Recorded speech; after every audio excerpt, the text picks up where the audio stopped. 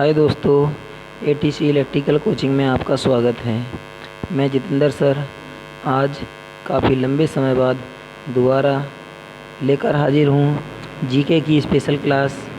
इसमें आप भारत के भूगोल से रिलेटेड सभी क्वेश्चन पढ़ेंगे और इसमें क्वेश्चन 20+ हैं। और इस आज के वीडियो से दोस्तों आपके किसी भी परीक्षा में बहुत उपयोगी प्रश्न हैं और हम आशा करते हैं कि ये वीडियो हमारा आपको बहुत ही ज़्यादा पसंद आएगा। आप अगर हमारे चैनल पर नए हैं तो चैनल को लाइक, सब्सक्राइब और शेयर करना ना भूलें। यदि आप हमारे पुराने मित्र हैं तो आप अपने दोस्तों में हमारा वीडियो ज़रूर शेयर करें। चलिए दोस्तों, समय को बर्बाद ना करते हुए वीडियो प्रारंभ किया जाता है। चलिए दोस्तों देखते हैं। यहाँ पर लिखा है, निम्न में से कौन सा द्वीप भारत और श्रीलंका के मध्य स्थित है। तो आपको ये बताना होगा कि इनमें से कौन सा द्वीप ऐसा है जो भारत और श्रीलंका के बीच में स्थित है। तो दोस्तों आपके पास प्रत्येक क्वेश्चन के लिए 10 सेकंड रहेगा। 10 सेकंड बाद में प्रत्येक क्वेश्चन का जवाब आपको दे दूँगा। चलिए दोस्तों, समय हो गया है, बताते हैं।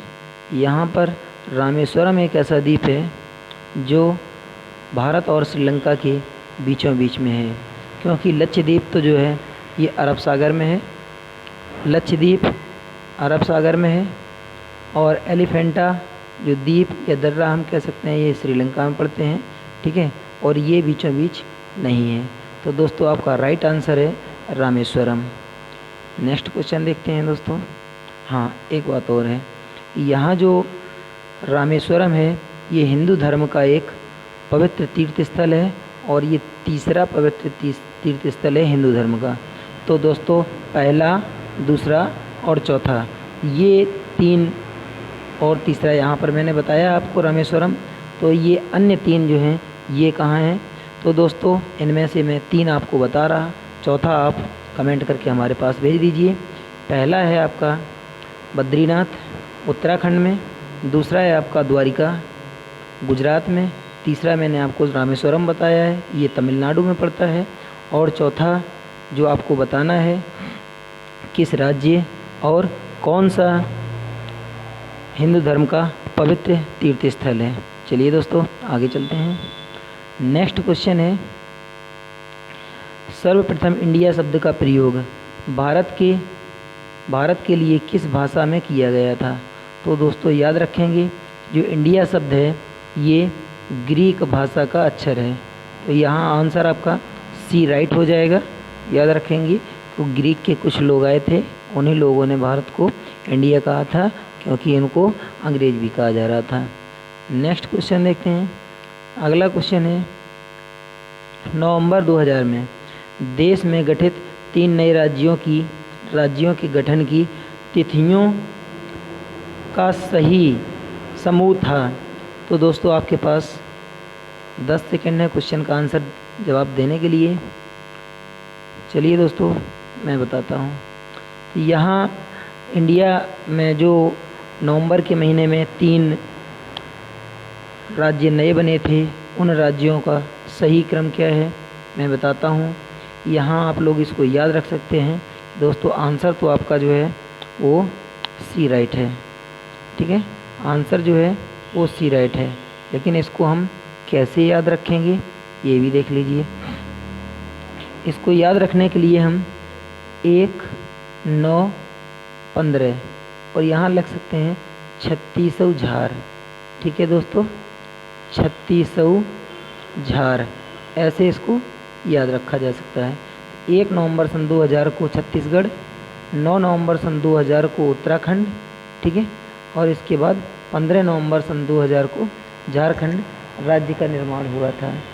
सी ऑप्शन आपका राइट है। चलिए दोस्तों नेक्स्ट क्वेश्चन देखते हैं।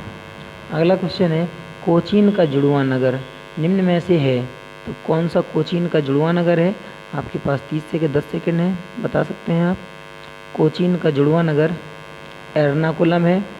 यहाँ गोरखपुर से भी और और गोरखपुर के आसपास के क्षेत्रों से भी, बिहार से भी एर्नाकुलम के लिए शताब्दी एक्सप्रेस गाड़ियाँ जाती हैं।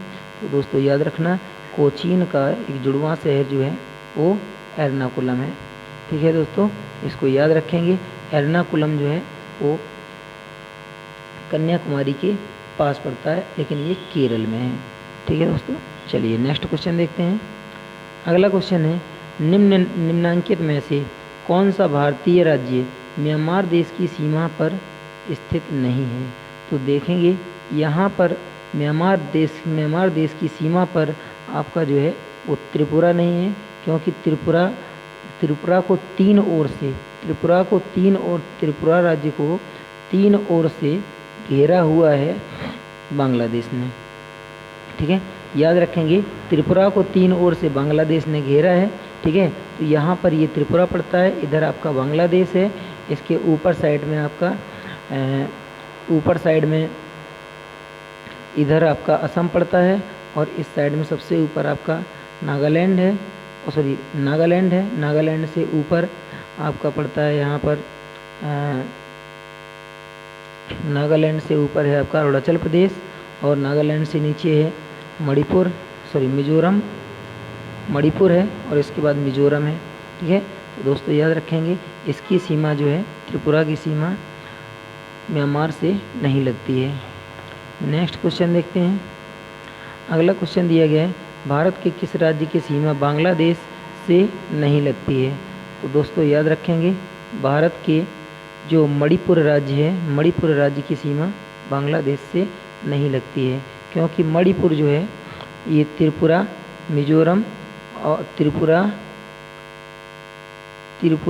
मिजोरम और अरुणाचल प्रदेश, नागालैंड, इनके बीच में स्थित है। चलिए दोस्तों आगे देखते हैं। अगला क्वेश्चन है, यहाँ से आप देख सकते हैं कि जो मणिपुर है, ये मणिपुर बांग्लादेश की सीमा से टच नहीं कर रहा है। यहाँ से आपको पता चल रहा होगा, ये मणिपुर है, मणिपुर की राजधानी इम्फाल, नागालैंड की राजधानी कोहिमा। ठीक है, और यहाँ पड़ता है ये आपका असम। ठीक है, असम की राजधानी है दिसपुर, और ये पड़ता है आपका मेघालय, जहाँ पर सबसे ज़्यादा बारिश होती है। ठीक है, ये मिजोरम है, राजधानी आइजोल है, और यहाँ ये पड़ता है त्रिपुरा।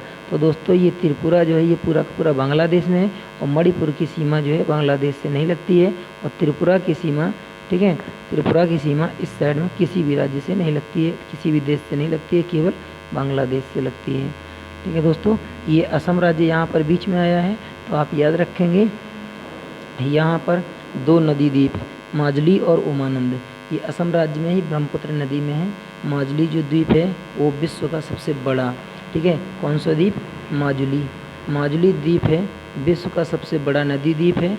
ठीक है, ये अभी हाल ही में रेलवे के पेपर में भी पूछा गया था, और इसके बाद एसएससी में भी यूपीपीसीएल का जेई का पेपर जो 7 तारीख की सेकंड शिफ्ट थी, उसमें भी ये पूछा गया था, विश्व का सबसे बड़ा नदी द्वीप किस नदी में है? दोस्तों याद रखेंगे आप लोग, ये नदी द्वीप जो है वो है आपका इसमें ब्रह्मपुत्र नदी में। चलिए आगे चलते हैं। अगला है मरकत द्वीप, एमराल्ड आइलैंड के नाम से प्रसिद्ध है। तो दोस्तों प्राचीन काल में एमराल्ड आइलैंड के नाम से जाना जाता था अंडमान निकोबार द्वीप को। ठीक है, अंडमान निकोबार द्वीप का दूसरा नाम एमराल्ड द्वीप भी था। चलिए नेक्स्ट है अगला क्वेश्चन, देखिए यहाँ पर आप लोग देख सकते हैं। ठीक है, अंडमान आइलैंड लिखा है, और इसके बाद यहाँ पर एमराल्ड व्यू लिखा है। ठीक है, तो एमराल्ड व्यू जो है ये दक्षिणी अंडमान में पड़ता है। क्षेत्रफल की दृष्टि से सबसे छोटा केंद्र शासित राज्य या प्रदेश? तो दोस्तों याद रखेंगे, क्षेत्रफल की दृष्टि से और जनसंख्या की दृष्टि से, दोनों की दृष्टि से जो लक्षद्वीप है ये सबसे छोटा है, लेकिन यहाँ की जो शिक्षा है वो है दोस्तों कितनी? 96% से ऊपर। तो मतलब यहाँ सभी केंद्र शासित प्रदेशों में सबसे ज़्यादा, ठीक है, शिक्षा का स्तर लक्षद्वीप में सबसे ज़्यादा है, और ये केंद्र शासित राज्यों में सबसे छोटा है, और जनसंख्या के मामले में भी सबसे कम है। लक्षद्वीप में जिलों की संख्या केवल 1 है। लक्षद्वीप में मलयालम भाषा का उपयोग किया जाता है। ठीक है, मलयालम भाषा बोली जाती है, और लक्षद्वीप का जो कार्यभार है ये केरल का हाई कोर्ट देखता है। चलिए दोस्तों नेक्स्ट आगे चलते हैं। अगला है यहाँ पर, निम्न में से कौन सा नगर कर्क रेखा पर स्थित है? तो दोस्तों याद रखेंगे कर्क रेखा पर भोपाल राज्य, ठीक है। जो भोपाल राजधानी है मध्य प्रदेश की, ये भोपाल कर्क रेखा पर स्थित है। हाँ दोस्तों, यहाँ से एक क्वेश्चन और है, जो भारत की समय रेखा है, समय रेखा पर जो भारत की समय रेखा है टाइमलाइन, ठीक है, GMT से प्लस 5.5 घंटे आगे है, ठीक है। तो इस 5.5 घंटे आगे जो है इस रेखा को 82 सही 1/2 डिग्री, ठीक है, नॉर्थ साउथ ये रेखा है। और इस रेखा पर मध्य प्रदेश का एक सिटी बसा हुआ है, सॉरी एक डिस्ट्रिक्ट है, इसको रीवा के नाम से जानते हैं, ठीक है। तो आपको ये बताना है कि उत्तर प्रदेश की कौन सी सिटी भारत की समय रेखा या टाइम जोन पर, टाइम लाइन पर बसी हुई है। और भारत के 5 राज्य, भारत के 5 राज्य इस समय रेखा पर, समय रेखा पर मतलब समय रेखा जो भारत की समय रेखा ये 5 राज्यों को काटती है। तो सबसे पहले ऊपर है यूपी, उसके बाद है एमपी, उसके बाद है आपका यहीं बगल में पड़ता है एमपी और झारखंड है, सॉरी छत्तीसगढ़ है, ठीक है। तो छत्तीसगढ़ के बाद आपका पड़ता है उड़ीसा, ठीक है, और उड़ीसा के बाद पड़ता है एपी, इसको आंध्र प्रदेश कहते हैं, ठीक है। तो ये 5 राज्य हैं, इन 5 राज्यों को काटती है कौन सी, भारत की समय रेखा। और 8 राज्यों को काटती है भारत की कौन सी, कर्क रेखा। तो दोस्तों याद रखें कर्क रेखा पर जो है भोपाल राज्य, भोपाल जो है मध्य प्रदेश की राजधानी बसी हुई है। चलिए अगला है, जनसंख्या तथा क्षेत्रफल की दृष्टि से भारत का विश्व में कौन सा स्थान है? तो दोस्तों याद रखेंगे जनसंख्या की दृष्टि से भारत का दूसरा स्थान और क्षेत्रफल की दृष्टि से 7वां स्थान है। ऑप्शन सी आपका राइट होगा। नेक्स्ट क्वेश्चन देखते हैं। अगला क्वेश्चन यहाँ पर दिया गया है, हिंद महासागर के तट पर स्थित देशों में सर्वाधिक तट लंबाई वाला देश कौन सा है? तो दोस्तों अपना याद रखेंगे भारत ही एक ऐसा देश है जो सर्वाधिक लंबाई वाला देश बना हुआ है, क्योंकि भारत के जो है चारों ओर, भारत के चारों ओर इधर आएंगे पाकिस्तान बॉर्डर, गुजरात है सबसे ज़्यादा लंबी जो तट रेखा है हिंद मतलब सागर से, वो गुजरात से लगी हुई है। अब हिंद महासागर में जब पूछा है तो हिंद महासागर में सबसे ज़्यादा तट रेखा लंबाई वाली जो है, ठीक है, वो पड़ती है आपकी इसी की भारत की, क्योंकि ये पश्चिम बंगाल में भी है, ठीक है। पश्चिम बंगाल होते हुए इधर उड़ीसा के नीचे आंध्र प्रदेश, तमिलनाडु, और इसके बाद फिर इस साइड में भी आपका आ जाता है ये मतलब ये मिजोरम भी इसी के नीचे पड़ता है, ठीक है। तो यहाँ पर तट रेखा की लंबाई जो है यहाँ पर सबसे ज़्यादा हो जाती है। दोस्तों याद रखेंगे भारत ही है, ठीक है। और इसके बाद अगला नेक्स्ट क्वेश्चन है, पांडिचेरी केंद्र शासित क्षेत्र निम्नलिखित में से कितने राज्यों में अवस्थित है? तो दोस्तों याद रखेंगे पांडिचेरी का जो यमन है, ठीक है, यमन पड़ता है आपका किसमें, यमन पड़ता है आपका एपी में, आंध्र प्रदेश में पड़ता है। और इसके बाद पांडिचेरी पूरा का पूरा जो है वो TN तमिलनाडु में पड़ता है, ठीक है। और इसका एक और पड़ता है माहे जिला, ठीक है, जो माहे है ये केरल में है। तो दोस्तों याद रखेंगे आंध्र प्रदेश, तमिलनाडु और केरल, ठीक है। तो ये पांडिचेरी जो है वो तीन राज्यों में फैला हुआ है, एक ऐसा केंद्र शासित प्रदेश जो 3 राज्यों में है, ठीक है। इसका आंसर हो जाएगा डी राइट। चलिए दोस्तों याद रखेंगे यहाँ पर इसका आंसर कौन सा है, तीसरा आंसर सही है, मतलब चौथा आंसर सही है, 3 राज्यों में फैला है। अगला क्वेश्चन है, अगला है नेपाल के पड़ोसी भारतीय राज्यों का सही क्रम है। तो नेपाल के आसपास जो है वो पड़ोसी राज्यों का सही क्रम कौन सा है? ये असम जो है ये दोस्त नेपाल से तो पड़ता है, नेपाल से नहीं लगता है, ये असम नेपाल से नहीं लगता है, ये आपका रॉन्ग हो जाएगा। असम जो है ये नेपाल से नहीं लगता है। सिक्किम ये नेपाल से तो लगता है, लेकिन यहाँ पर नागालैंड नेपाल से नहीं लगता है। उत्तर प्रदेश नेपाल से तो लगता है, लेकिन छत्तीसगढ़ नहीं लगता है। अब 2 राज्य कौन कौन से बचे? राइट आंसर हो जाएगा आपका कौन सा? सिक्किम और बिहार, ठीक है दोस्तों याद रखेंगे इसका राइट आंसर कौन सा है? सिक्किम और बिहार, ये राइट आंसर है। नेक्स्ट देखते हैं, लिखा है नीचे दिए गए मानचित्र में एक्स द्वारा प्रदर्शित राज्य का नाम क्या है। तो सबसे पहले आप लोग ये देख लीजिए कि ये कौन सा राज्य है, इसके बाद आप लोगों को इसका नाम बताना है। दोस्तों आप लोग पहचान गए होंगे कि ये पूर्वी राज्य है और यहाँ पर सभी राज्यों के नाम मैं बता दे रहा कौन कौन सा कहाँ है। यहाँ से देखते हैं कि सबसे पहले एक नंबर पर ये स्थान मेघालय का पड़ता है, यहाँ असम है, ये आपका पड़ता है अरुणाचल प्रदेश, और इधर आपका नागालैंड है, ये आपका मणिपुर है, नीचे है मिजोरम, और ये पड़ता है त्रिपुरा, और इस साइड में यहाँ भूटान है, और भूटान की जस्ट भूटान और नेपाल के बीच में यहाँ पर पड़ता है आपका सिक्किम। तो दोस्तों याद है, देख लीजिए आप, ये जो है ना ये त्रिपुरा है और ये बांग्लादेश है। बांग्लादेश की राजधानी जो है ये कहाँ पर है, ढाका है। तो ये जो राज्य है एक्स पर जो दिया गया है ये कौन सा राज्य हो जाएगा, देख लीजिए दोस्तों, आंसर हो जाएगा आपका कौन सा, B answer is right, B answer आपका सही हो जाएगा। नेक्स्ट क्वेश्चन देखते हैं। अगला क्वेश्चन दिया है लक्षद्वीप समूह स्थित है। तो याद रखेंगे आप लोग, लक्षद्वीप समूह जो है वो कहाँ पर है, अरब सागर में स्थित है। पहला ऑप्शन आपका राइट हो जाएगा। नेक्स्ट क्वेश्चन देखते हैं। अगला क्वेश्चन दिया गया है भारतीय भूमि का उत्तरतम भाग कौन सा है। तो उत्तरतम मतलब होता है सबसे ऊंचाई वाला, तो उत्तरतम भाग, ठीक है। तो इंदिरा पॉइंट जो है ये भारत का निम्नतम भाग है, सबसे नीचे, ठीक है। इंदिरा पॉइंट सबसे नीचे है, उत्तरतम भाग जो है उत्तरतम भाग जो है वो हो जाएगा कौन सा, इंदिरा काल। तो उत्तर में पूछा हुआ है, ठीक है, उत्तर में इंदिरा काल हो जाएगा। तो यहाँ भारत के सभी जो अंतिम बिंदु हैं, ठीक है, उनको देख लीजिए कौन कौन से हैं, सभी बिंदु कौन कौन से हैं इनको आप लोग देख सकते हैं। तो सबसे उत्तर में ये हो गया, दक्षिण में ये हो गया, और पूर्व में पड़ता है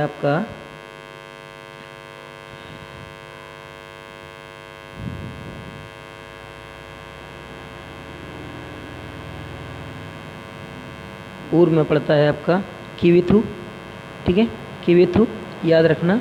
ये किविथु जो स्थान पड़ता है ये आपका है अरुणाचल प्रदेश में, और पश्चिम में गोरा मोता, ये याद रखना, गोरा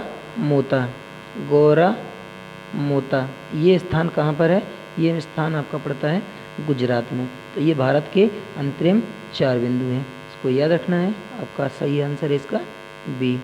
नेक्स्ट क्वेश्चन देखते हैं। अगला दिया गया है जनसंख्या की दृष्टि से भारतीय संघ का सबसे छोटा राज्य कौन सा है। तो जनसंख्या की दृष्टि से भारत का सबसे छोटा राज्य कौन सा है ये बताना है। ये देख लीजिए, जनसंख्या की दृष्टि से सबसे छोटा भारत का राज्य है सिक्किम, और आपका क्षेत्रफल की दृष्टि से, ठीक है, क्षेत्रफल की दृष्टि से भारत का सबसे छोटा जो राज्य है वो कौन सा है, गोवा। तो दोस्तों याद रखेंगे, क्षेत्रफल की दृष्टि से गोवा, और जनसंख्या की दृष्टि से सबसे छोटा जो राज्य है वो कौन सा है, सिक्किम। चलिए दोस्तों नेक्स्ट क्वेश्चन देखते हैं। यहाँ पर लिखा है यदि भारतीय मानक समय IST को निर्धारित करने वाली देशांतर रेखा को प्रधान देशांतर रेखा दर्जा दिया जाए तो अंतर्राष्ट्रीय तिथि रेखा का देशांतर क्या होगा।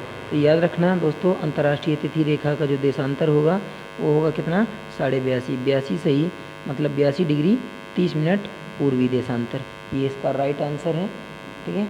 अभी मैंने बताया था जो भारत की मानक समय रेखा है कि कितने राज्यों से होकर के गुजरी है, यहाँ पर 5 राज्य हैं, 5 राज्यों से होकर के ये, ठीक है, गुजरी हुई है। चलिए नेक्स्ट क्वेश्चन है। अगला क्वेश्चन है भारत की उत्तरी पूर्वी त्रिसंधि पर मिलने वाले देशों का सही जोड़ा निम्नलिखित में से कौन सा है। तो त्रिसंधि, और ये कहाँ पर, उत्तर पूर्वी देख रहा है, ठीक है। तो उत्तर पूर्वी में क्या होगा, ये हो गया पूर्व पश्चिम, ये हो गया उत्तर दक्षिण, ये हो गया पूर्व पश्चिम। उत्तर पूर्वी बता रहा है तो ये हो गया पूर्व, और ये हो गया आपका उत्तर, ठीक है। उत्तर पूर्वी बता रहा, उत्तर पूर्वी मतलब ये वाला क्षेत्र, और इस वाले क्षेत्र में कौन कौन से, मतलब जो इस क्षेत्र में मतलब कौन कौन से जो हैं वो देश मिलते हैं। तो यहाँ पड़ता है अरुणाचल प्रदेश। तो याद रखेंगे दोस्तों, अरुणाचल प्रदेश जो है वो 3 देशों में फैला हुआ है। नंबर 1 इधर भारत है, ऊपर साइड में चीन है, और इस साइड में म्यांमार पड़ता है, ठीक है। तो दोस्तों अपना याद रखेंगे। तो ये जो सही आपका जो राइट आंसर होगा जाके ये बनेगा आपका कौन सा, उत्तर की ओर बोला है, ठीक है। उत्तर की ओर आपका हो जाएगा कौन सा, ये आपका राइट आंसर होगा म्यांमार, भारत और चीन। चलिए नेक्स्ट क्वेश्चन यहाँ दिया गया है, निम्न में से कौन सा कथन 82 डिग्री 30 मिनट पूर्वी देशांतर के संबंध में सही नहीं है। यहाँ लिखा है कि यह भारत के लिए मानक देशांतर रेखा है। पहला दिया गया है यह भारत के लिए मानक देशांतर रेखा है, ये एकदम बिल्कुल राइट आंसर है। फिर लिखा है कि इस रेखा का स्थानीय समय ग्रीनविच समय से 5.5 घंटे आगे है। तो दोस्तों ये भी गलत नहीं है, ये भी सही लिखा है। इसके बाद लिखा है यह रेखा इलाहाबाद के समीप से गुजरी है, तो इलाहाबाद के समीप पड़ता है नैनी, तो दोस्तों ये भी सही है। अब लिखा है यहाँ यह रेखा भारत को 2 बराबर भागों में विभाजित करती है। ये पॉइंट यहाँ एकदम रॉन्ग है, क्योंकि ये भारत को 2 बराबर भागों में विभाजित नहीं करती है, क्योंकि ये भारत को ठीक है असमान भागों में विभाजित करती है, क्योंकि भारत के एक साइड से होकर के ये निकली हुई है। तो यहाँ पर आपका जो कथन गलत है यही पूछा गया था कि इनमें से कौन सा सही नहीं है, तो ये लास्ट वाला सही नहीं है, ये इसी पर आपको नंबर मिलेगा दोस्तों, यही आपका आंसर होगा। ठीक है, डी नंबर आपका आंसर सही है। नेक्स्ट क्वेश्चन अगला देखते हैं।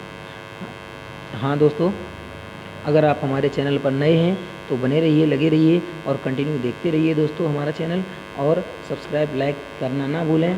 दोस्तों अगर हमारे चैनल पर नए हैं तो लाइक सब्सक्राइब ज़रूर करें दोस्तों, शेयर करें अपने मित्रों में, और पुराने सभी मित्रों से अनुरोध है कि आप सभी लोग हमारे चैनल को जितना ज़्यादा मोटिवेट करेंगे, लाइक कमेंट शेयर ज़्यादा करेंगे, हमारा मोटिवेशन बढ़ेगा, और मैं आपको अच्छी से अच्छी वीडियो और नए वीडियो खोज करके जो किसी ने नहीं दिया वो हम बताएंगे आपको, चाहे कुछ हो जाए किसी भी परीक्षा में। जब भी है क्वेश्चन हमेशा यूट्यूबर क्या करते हैं, ज़्यादा से ज़्यादा उल्टा पुल्टा क्वेश्चन, वही हमेशा उल्टा सीधा जो आता रहता है वही सब बताते रहते हैं। तो दोस्तों हम आपको नए से नए क्वेश्चन देने की कोशिश करेंगे, और आप लोग हमारे चैनल को लाइक सब्सक्राइब और शेयर ज़रूर करें। हमारी यही कोशिश रहेगी, और ये भी कोशिश रहेगी कि आपको आज से कंटिन्यू, ठीक है, आज सेट 1 था, आज से कंटिन्यू ये सीरीज जारी रहेगी, और आपको प्रतिदिन हम क्वेश्चन 20 से 25 क्वेश्चन प्रतिदिन करवाते रहेंगे।